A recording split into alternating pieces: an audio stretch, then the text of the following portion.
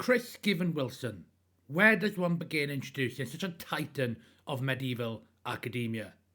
Chris is an Emeritus Professor of History at the University of St Andrews, where I'm sure he has inspired a love and respect for many, many students of history. As well as the many journals and articles he has contributed to the study of the medieval period, Chris has also produced several best-selling books in the traditional market, including his mammoth Henry IV, his books on Edward II and the many royal bastards of medieval England, and crucially, for the likes of historians like myself, work on the medieval chronicles and the parliamentary rolls. Now, trust me when I say your favourite medieval historian owes an unimaginable debt of gratitude to Chris, who has planted many of the foundations upon which they and I base our work. We can't do what we do trying to bring history to the general public without what Chris has given us over the decades. And so, without further ado, Chris Given Wilson, it is my pleasure to welcome you to the podcast. Thank you very much. Well, let's begin by putting some humanity to the achievements. What first drew you to history, the spark that set you off on your path? Oh, no, that's a good question. That was too long ago. Can I even remember? Well, I'll tell you something. I went to university intending to do a course on English literature. That was what I loved at school. But I got to university and I was at university in Scotland, where of course I still am. And one of the advantages of the Scottish university system is that you get to do a couple of years of introductory courses and then you decide what you want to specialise in. And by the time I'd done my 2 years, I had actually found that medieval history was interested me a great deal more than English literature. Although, I love English literature as well. I do a lot of reading around that. But yeah, that's what got me going. And so for some reason, I ended up specializing in the late Middle Ages. It's just, I think, an almost universal rule of life that the more deeply you go into something, the more interested you get in it. And the more deeply you go into something, the more you realize that you're actually able to think in slightly different ways from other people, and you find that you don't really agree with everything that you read, and so you obviously start developing your own ideas. And once you start getting your own ideas, then it gets more exciting because you think you're making a bit more of an original contribution to things. So yeah, that's how it began. And then but by the time I'd finished my first degree, I thought I really want to keep going with this. And so I did a PhD, and then I was lucky enough to get a job. And here I am, God knows how many years later. So it sounds like you almost, it's been a fortuitous route into history and not something you planned. And I think I can say on behalf of generations of historians, thank God that happened, because you've given us a wealth of experience and research and guidance over the years. Yeah, well, it's been a pleasure for me, and if other people have enjoyed the stuff I've done, then that's great. That's all the reward I need. Perfect. So we're here to talk about your latest work. Yep. And what an eye-catching title I think that book does have. Yeah. Archbishop, Chancellor, Kingmaker. Yeah. So Thomas Arundel, help us as your listeners place him in the medieval period. Yeah. Who exactly was he and what was his background? Yeah, well, the first thing I got to tell you is the title was dreamt up by my wonderful publisher, Heather McCallum at Yale University Press. We hummed and hawed a lot about what the title ought to be, but and she eventually suggested that, and I said, that sounds perfect. So thank you, Heather. Okay. Thomas Arundel. Well, Thomas Arundel was born with the proverbial silver spoon in his mouth. He was the fourth son of Richard, Earl of Arundel, who was the richest man in England in the mid-14th century. His father seems to have decided quite early on that he ought to pursue a career in the church, There's no suggestion that he ever wanted to do anything else. And quite remarkably, he went up to Oxford, but he never finished his degree there. Quite remarkably, he became a bishop at the age of 20. And the mandate from the Pope, which appointed him to his bishopric, which was a good bishopric. It's not one of the very richest or most prestigious bishoprics in England. It was the bishopric of Ely, but it was definitely in the top half. And there are only 17 bishoprics in England. So it's one of the better ones to get. And really, as a starting point for an episcopal career, it's pretty impressive to get the bishopric of Ely. Anyway, he was 20, and the Pope wrote to the king saying he decided he would appoint Thomas Arundel to the bishopric of Ely, and he said, "No one so young has ever been appointed to a bishopric."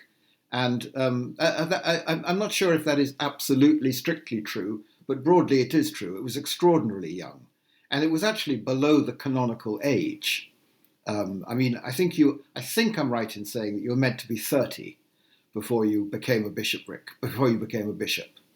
And I think it's almost certain. The Pope Gregory, he also said in the hope that Thomas would follow in the footsteps of his father, who had been a great defender of the church, which was possibly stretching the point a little bit. But I think there's no doubt that money changed hands. I think he was what would now be called a Nepo baby. The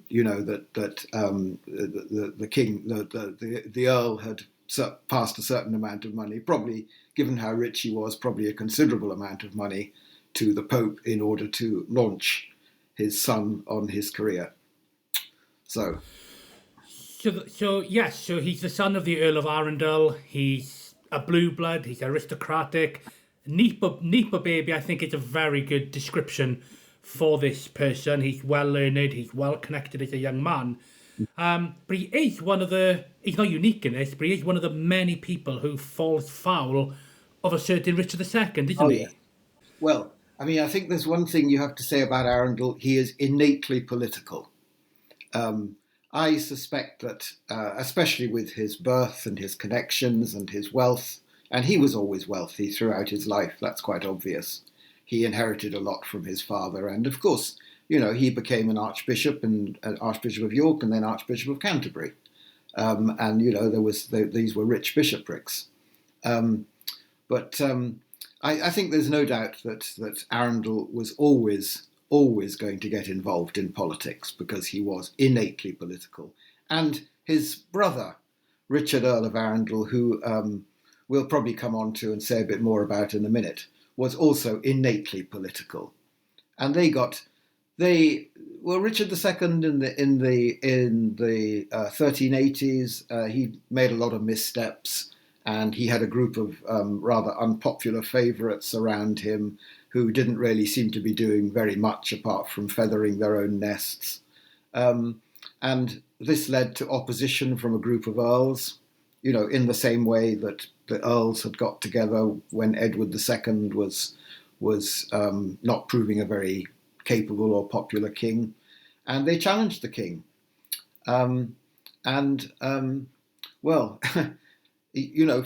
They probably actually for a few days even deposed him, but then they apparently couldn't decide which of them should replace him, so they put him back on the throne again.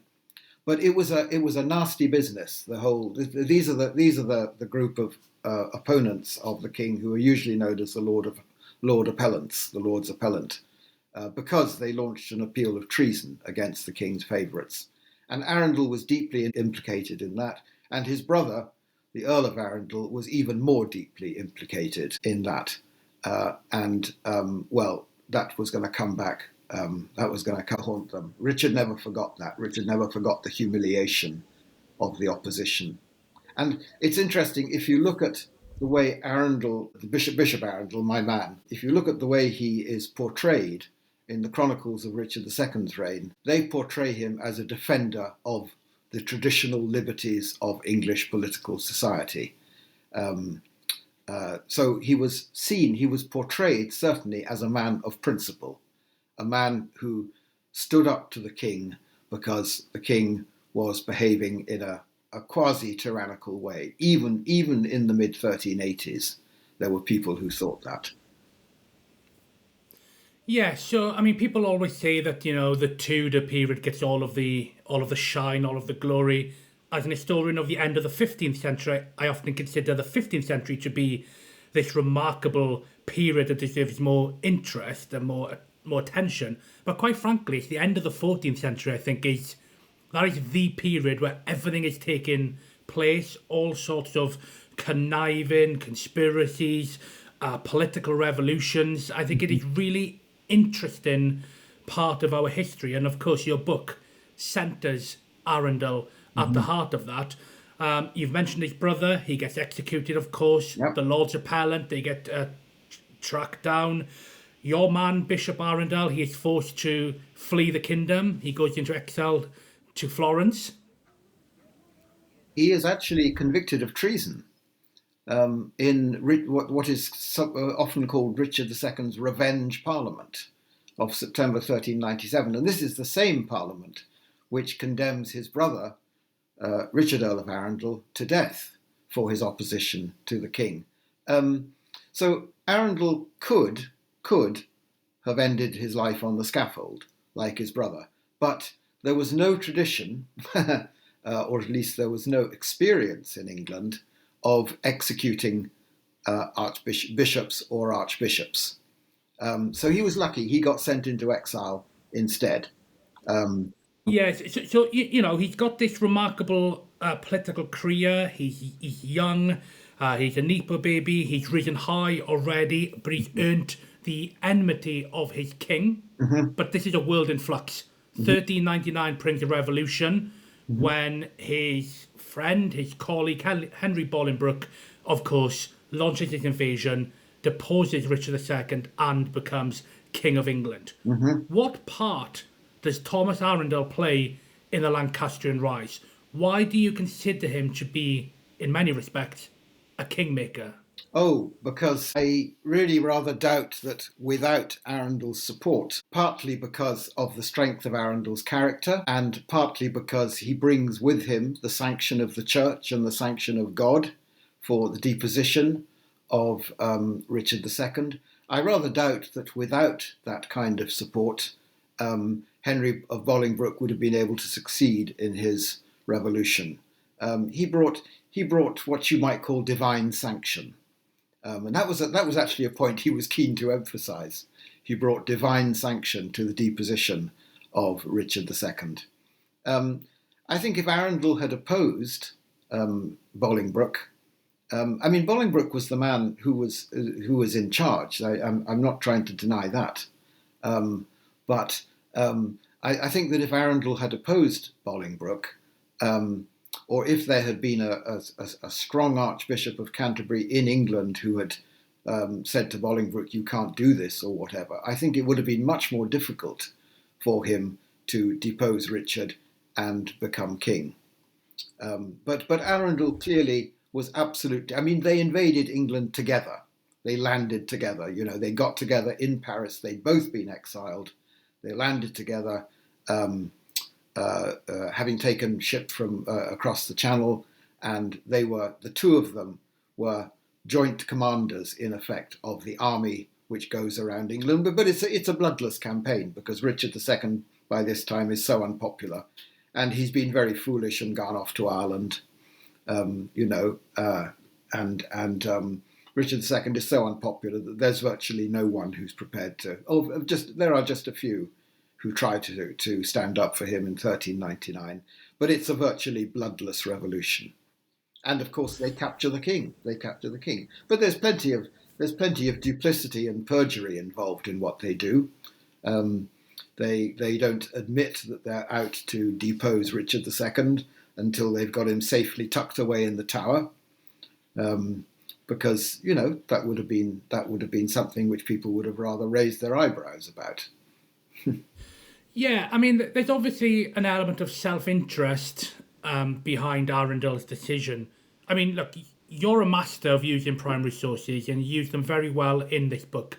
One of them you use is a letter that he writes from his exile in Florence, where he calls it an earthly paradise.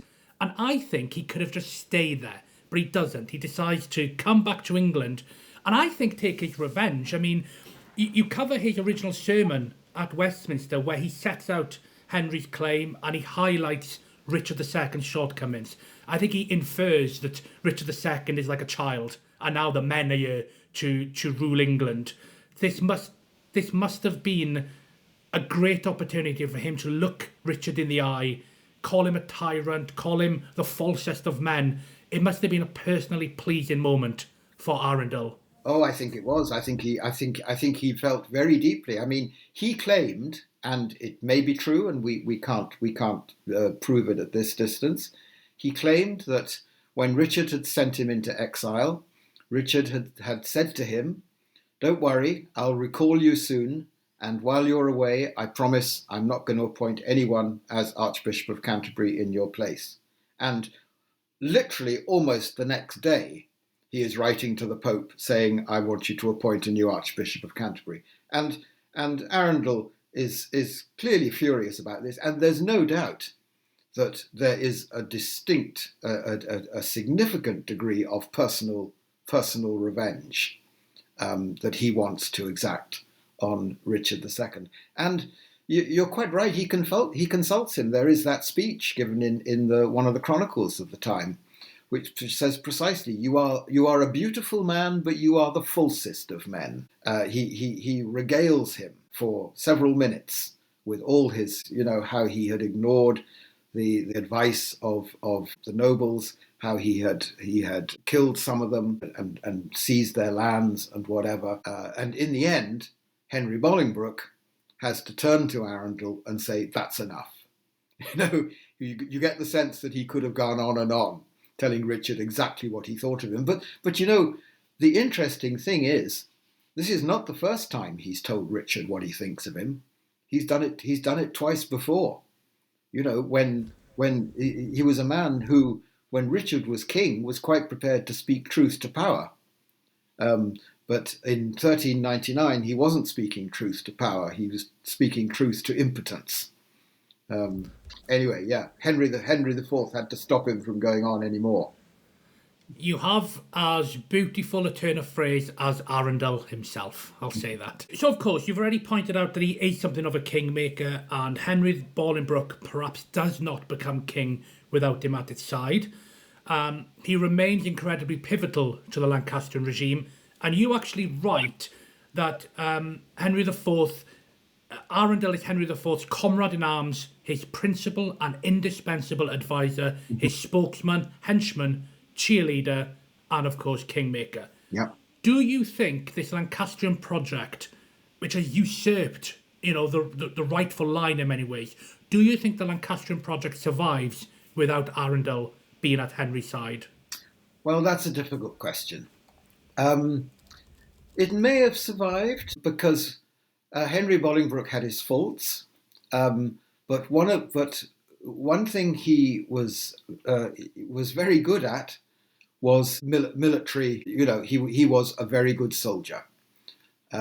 As has often been pointed out, he never lost a battle in his life, and he was also capable of inspiring men. I think that having Arundel at his side, I mean, you just have to imagine if he'd had an Archbishop of Canterbury who was opposed to him, who made life really difficult for him, and who became estranged, in effect, from Lancastrian government.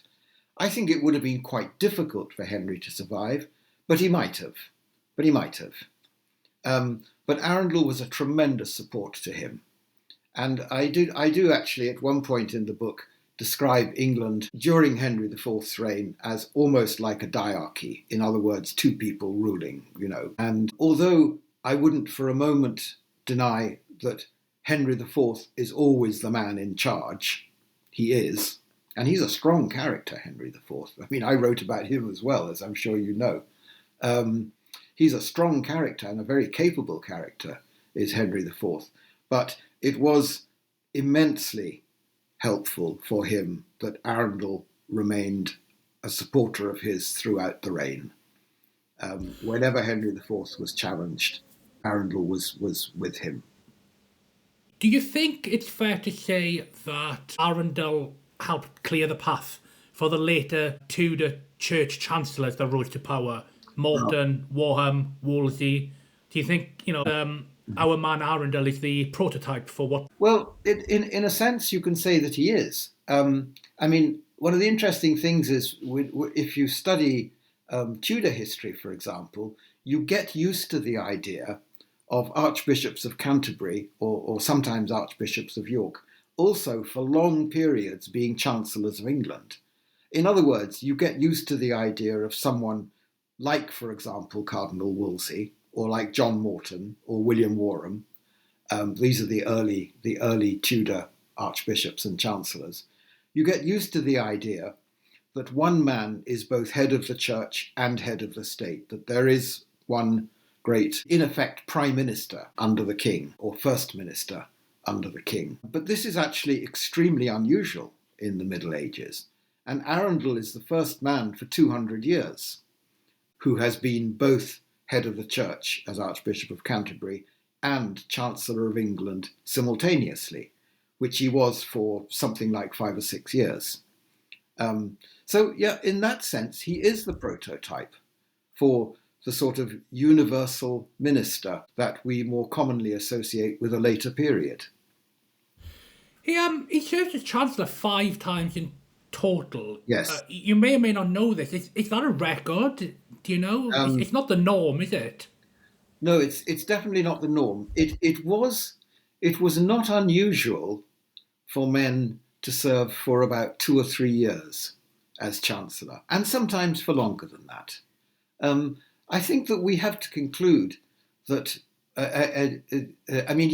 Arundel served twice as Chancellor under Richard II, and he only stopped being Chancellor in 1396 because he was elected as Archbishop of Canterbury. And at that time, it was traditional for the Archbishop of Canterbury, as, for example, Thomas Becket had done, for the Archbishop of Canterbury to stop being head of the state once he became head of the church. So, he served twice under Richard II, and then he served another 3 times under Henry IV, although the first time was only for a few weeks. That was just in the immediate aftermath of the revolution. But this was really very unusual. And I can't offhand think of another man who served as Chancellor on 5 different occasions. But he clearly was an extremely competent administrator.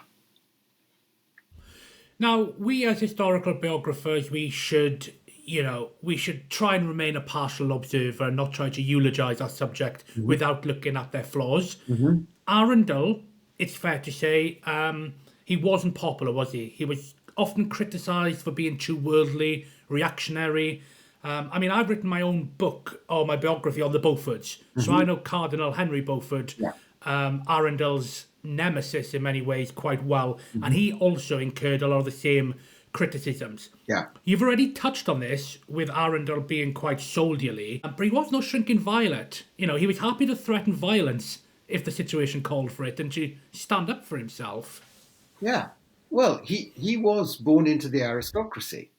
And, one thing he knew was that, as I say in the book, that gave him a layer of padding against whatever the world could throw at him.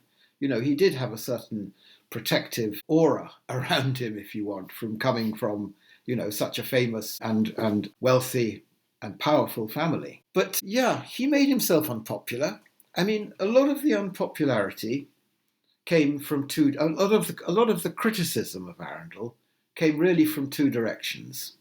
One was from the Lollards, and I'm sure we'll get on to talk about the Lollards in a minute. So I won't. They were the heretics whom he was determined to try to extirpate. And the other was towards the end of Henry IV's reign. Well, there were people at the beginning who were sort of closet supporters of Richard II who didn't like him much. But towards the end of the reign, there were people who were thinking that he was the fading generation, They wanted Henry V, especially after Henry IV got ill, seriously ill, around about 1408. There were people who thought that the king should abdicate. He was too ill to govern, and he had this old and rather overcautious, because I think that Arundel, he was innately political, but he was also innately conservative. He wanted to do things the way they'd always been done, rather than, the new ways which were being suggested. You see that particularly in his financial policy. But I think that, a lot of people thought that he was past his time, past his sell-by date, by about 1408, 1409. And they wanted Henry V to take over now. They wanted the king to abdicate. But Henry IV wasn't going to do that. And as long as Henry IV wasn't going to do that, Arundel was going to be by his side. And because Henry IV was his support. Henry supported Arundel in the same way that Arundel supported Henry.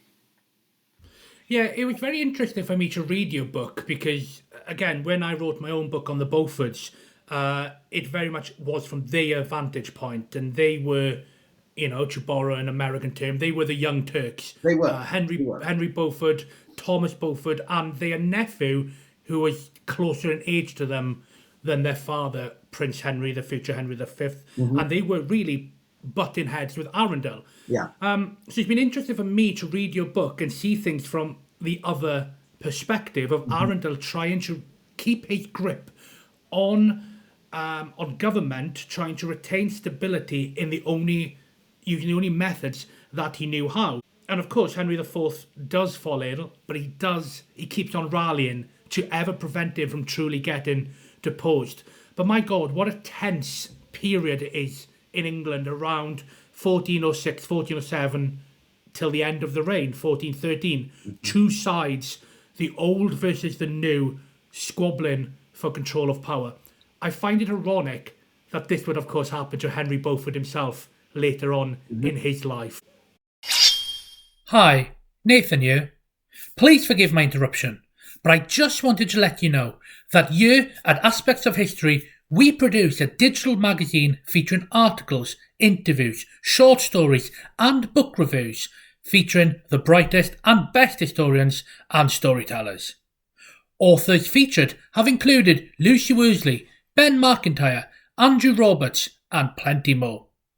An annual subscription featuring 6 issues costs just £9.99 or $9.99 for those of you across the pond. Head over to aspectsofhistory.com to subscribe or to gift a subscription to friends or family. Now, back to our show. What I also found quite remarkable was, in the introduction to your book, you open it by something I wasn't aware of. In 2005, BBC did a poll looking for Britain's worst villains. Yeah. I take it back. I did vaguely know this because I studied Jack the Ripper at university and I knew that he finished top for the Victorian period. But what I didn't realise is that Arundel finished top for the 15th century. Now, this is a century that has Richard III in it, for God's sake, who a general audience might be forgiven for thinking is the number one villain. How has it come to the point that in 2005 the British public are regarding quite a lesser known figure of that century to be our top villain? Shed any insight on that? Yeah, well, it's worth remembering the citation, because all these so-called, greatest villains of each century, they come with a citation as to why they have been chosen as the greatest villain of such and such a century. And in Arundel's case, it's because he persecuted the Lollards. And the Lollards were a group of heretics, or at least, heretics, of course, is always an establishment construct. No one thinks they're a heretic.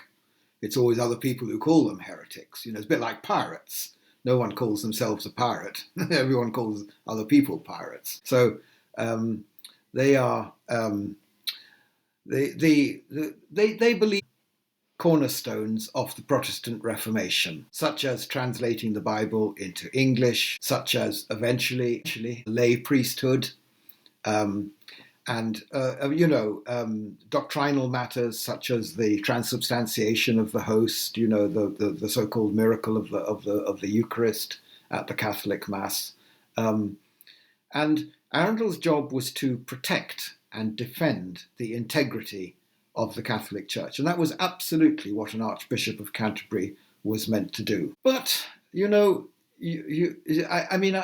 can't help thinking that this calling Arundel the greatest villain of the 15th century for those reasons is a case of judging earlier people by the standards of our own time, which is a very common thing for people to do. People often do that. By the standards of our time, you could say that not wanting people to read the Bible for themselves, in other words, allowing translation, is something which very few people nowadays would agree with, and that's perfectly understandable.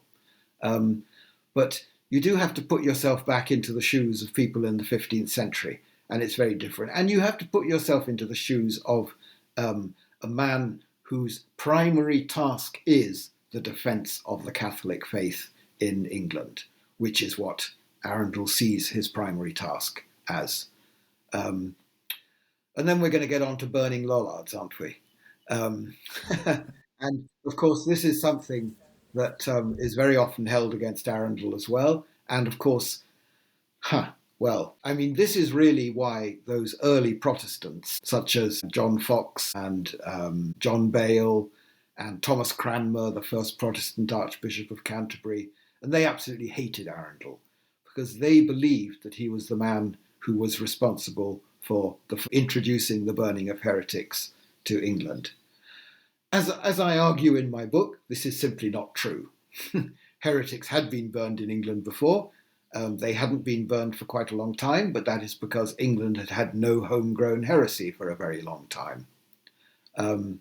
And in any case, the petition to burn heretics eventually, made in 1401, was actually introduced by the Commons in Parliament and sanctioned by the King, not by Arundel or the clergy. So it is simply not right to say that Arundel introduced heretic burning to England, but two heretics were burnt. Two heretics were burned during his reign, and I think there is no doubt that Arundel did come down hard on Lollards. He came down hard on the Lollards, and that doesn't always make you popular with everybody. But I mean, you do write in the book, at the end of the day, he viewed Lollards as an existential threat. And, you also discuss how he didn't take joy in burning heretics. He saw it as a soul lost rather than one saved. This is not an evil figure taking great pleasure in sending his fellow man to hell. Do you know what I think? You've touched on something interesting there. Clearly his legacy and his reputation has been destroyed in much later centuries as Protestantism has risen in the UK. There's something of the Thomas More about him almost, in how centuries of education in this country have been anti-Catholic, and that has obviously, I guess, dripped down to the point that a 2005 poll can absurdly name him the biggest villain of the 15th century. Now, Thomas Arundel, he dies shortly after Henry IV in 1413. It's out with the old, it's in with the new. What do you think of Arundel's legacy?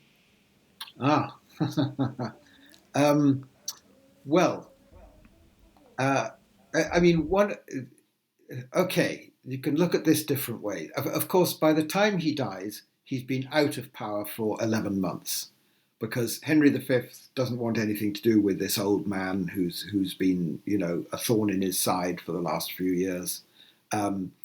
His legacy,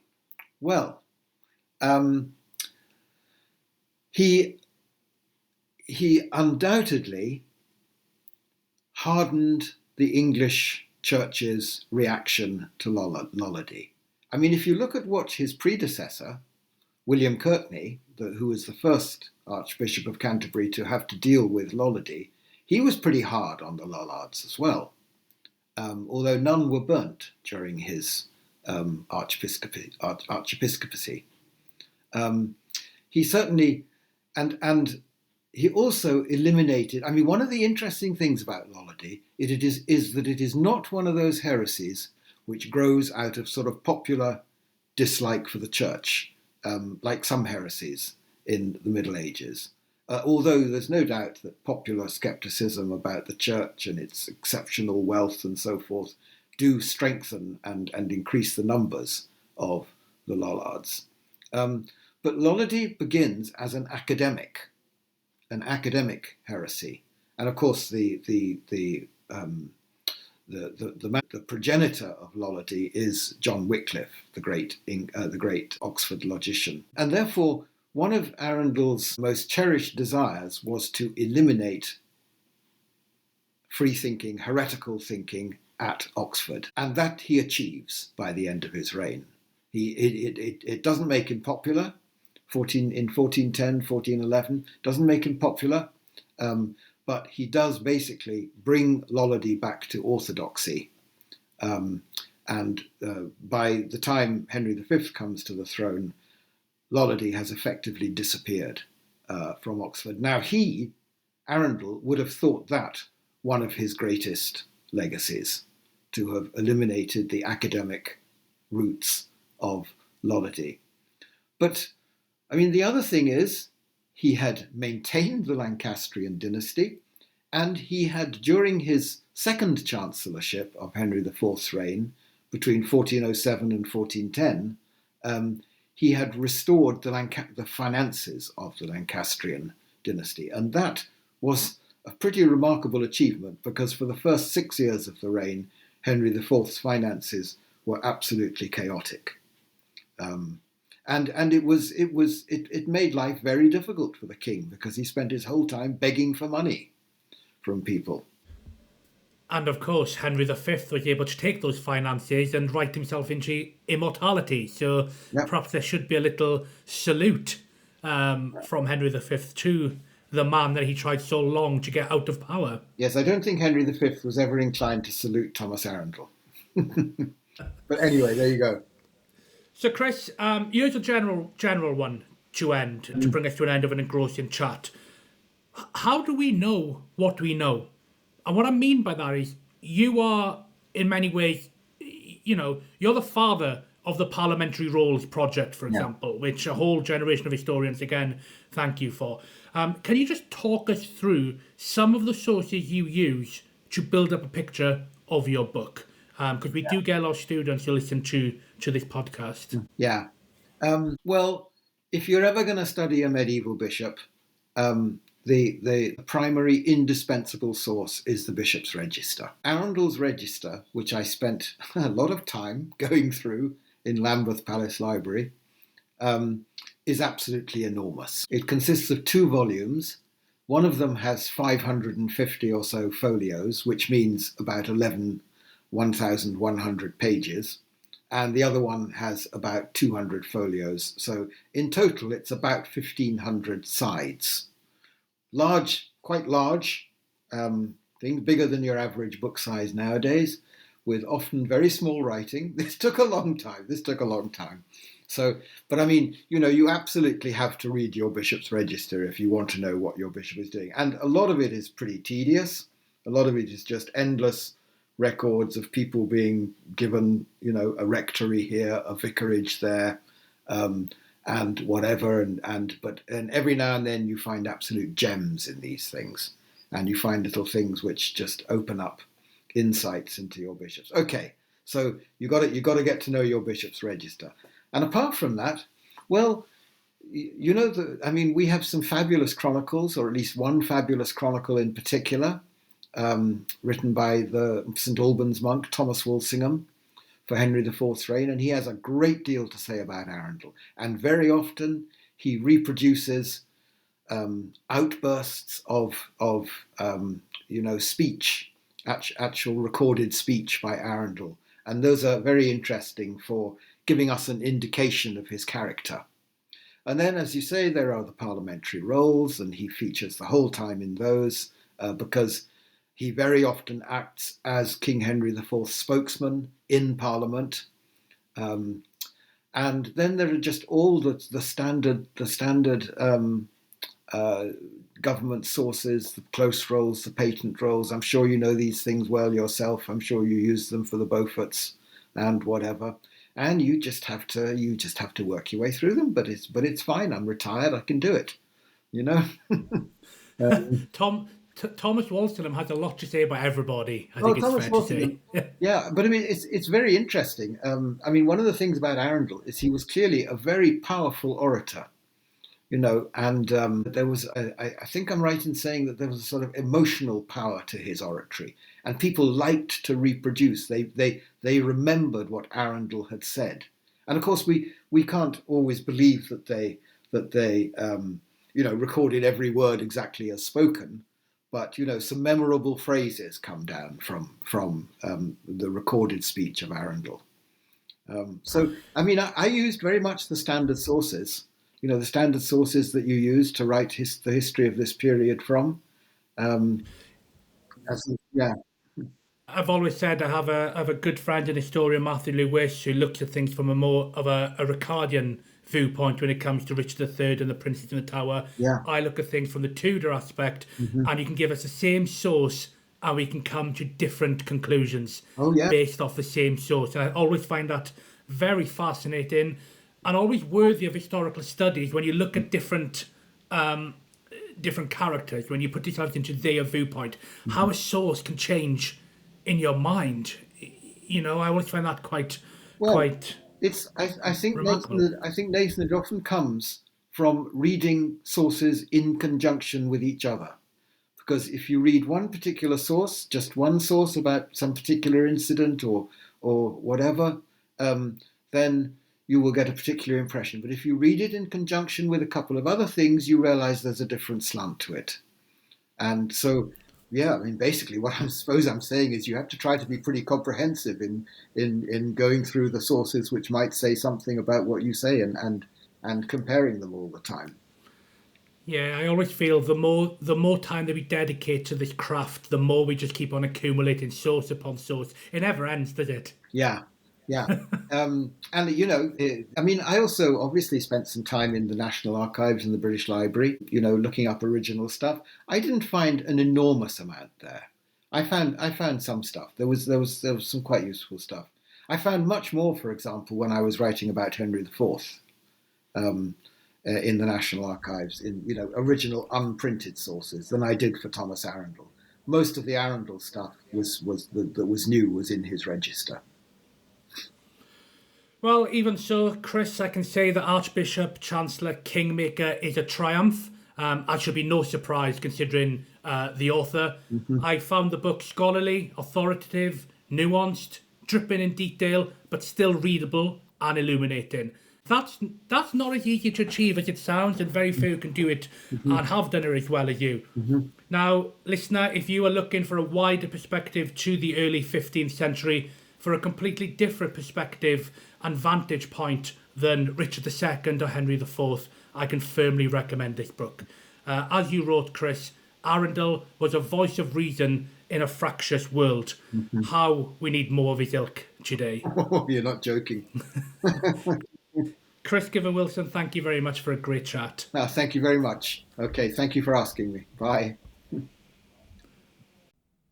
Thank you all for listening today. Links, as always, are in the show notes.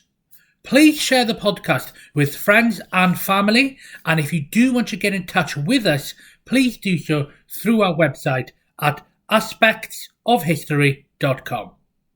Until then, thank you so much for joining us.